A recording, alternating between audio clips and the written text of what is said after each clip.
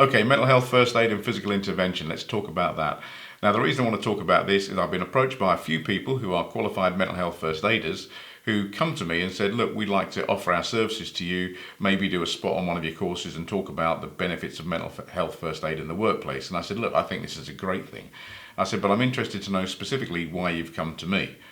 And they said, well, you know, you're training staff to be trainers and you're training other staff to go into situations where they're exposed to challenging behaviour, violence, aggression, and they have to physically, in some cases, control someone that's exhibiting these behaviours. I said, yeah, that's correct.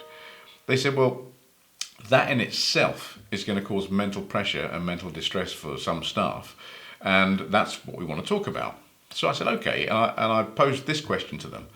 I said, apart from being a training company, I said, we also do things like risk assessments, and as part of the risk assessment, we do a root cause analysis. I said, now this is a systems process.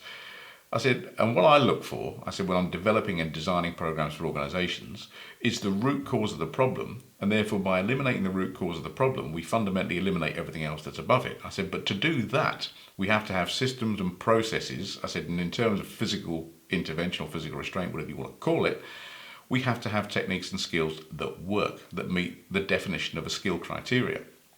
And they said, okay.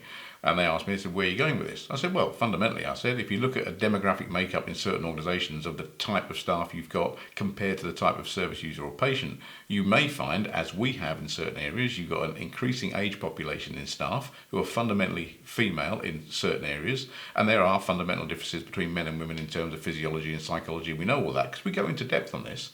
I said, and you've got an increasing level of service users coming in who are younger, with more complex mental health issues, who are more powerful. So you have to find that balance to make sure that everyone is safe, and part of doing that is to give them the appropriate techniques that allow them to do this safely so that everyone is safe. And they said, yeah, but you can't teach techniques, or you can't give them the techniques that might cause any sort of restriction that could cause discomfort, harm or pain. I said, well, actually, yeah, you can. I said, legally you can. I said, legally you may be required to, because if you are providing a control mechanism, it has to be health and safety compliant. I said, and therefore, I said, the control measures, in this case the skills, as part of the package, must work. They must meet the definition of a skill criteria. And they said, well, there's a whole drive out there about not using these things. And I said, well, I know. I said, but here's the counter argument and the question I want to pose to you. If an organisation is knowingly giving their staff a system of intervention or restraint that is highly likely to fail in certain circumstances because they don't have the skill sets within the system to allow them to control the type of service user or patient they have based upon this difference in demographics, then surely that organisation is negligent, and as a result of that, they're going to increase the mental pressure on staff, they're going to increase their mental distress, and as a result of that, staff will have these issues that you will need to come in and talk to them about. I said, and there's varying issues here. I said, leave aside the fact that staff going to these situations are fundamentally scared anyway. I said, because the most common thing that causes PTSD, according to the American DSM Bible, is interpersonal human aggression. I said, so we're exposing staff to that. I said, give them skills that are flawed, that may not work. I said, then they're worried about themselves getting hurt, their colleagues getting hurt, or hurting the service user. If that occurs, they're then worried about the investigation that could fall back on them because they may be blamed for doing something wrong. I said, and fundamentally here, I said, you're increasing all this mental pressure, which could lead to PTSD. I said, so they're going to need people like you. I said, that's why I think what you're doing is good in the workplace. But if we eliminate the problem at the root, we do a proper root cause analysis, and we give people systems and techniques and processes that work, surely that's going to reduce the risk of them suffering mental health issues from this type of activity. And they said, yeah, you're right. But there's a big drive out there not to have these techniques. And this is what concerns me. You can stick a sticking plaster on a wound, but you've still got the wound.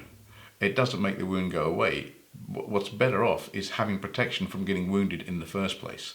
Now, when I interviewed Gary Slapper many years ago, a professor of law at the time for the Open University, he said this to me. He said, there's collateral fallout from not doing stuff properly, from not providing people with the right skills. And we were talking about physical intervention and physical restraint at the time.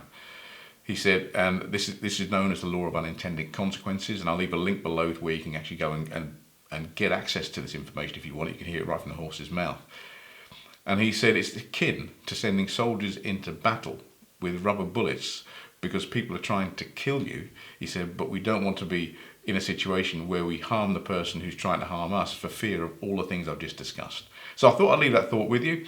There's a link below to the resources that I've just spoke about if you're interested, but I'll be interested in your comments. So please leave your comments below and I'll speak to you soon. Thanks ever so much. And by the way, if you want to share this, feel free. You don't have to ask me. Just share it where you like. Thanks ever so much. Speak to you soon.